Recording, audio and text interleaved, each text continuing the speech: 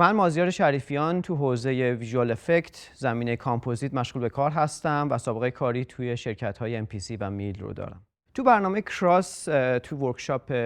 ویژوال افکتس من با بحث کامپوزیت در خدمتتون هستم. تو این بحث ما اولش با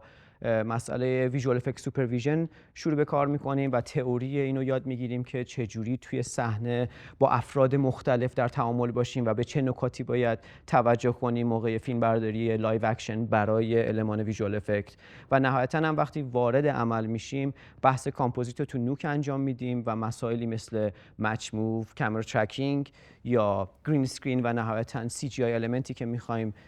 با لایو اکشن کامپوزیت کنیم و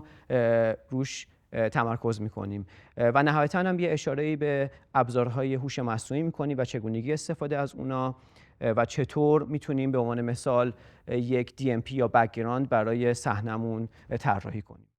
توی ورکشاپ شما مستقیما در تماس با متخصصین هستین و در واقع ما یه جوری فوتوفنایی رو که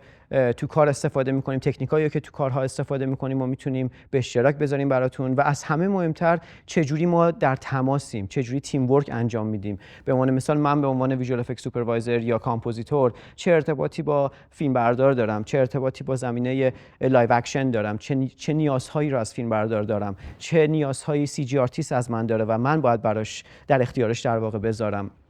در واقع این تیم ورک خیلی مهمه و این تعامله رو شما میتونین تو این ورکشاپ یاد بگیرین. تو این ورکشاپ منتظرتون هستم، امیدوارم ببینمتون.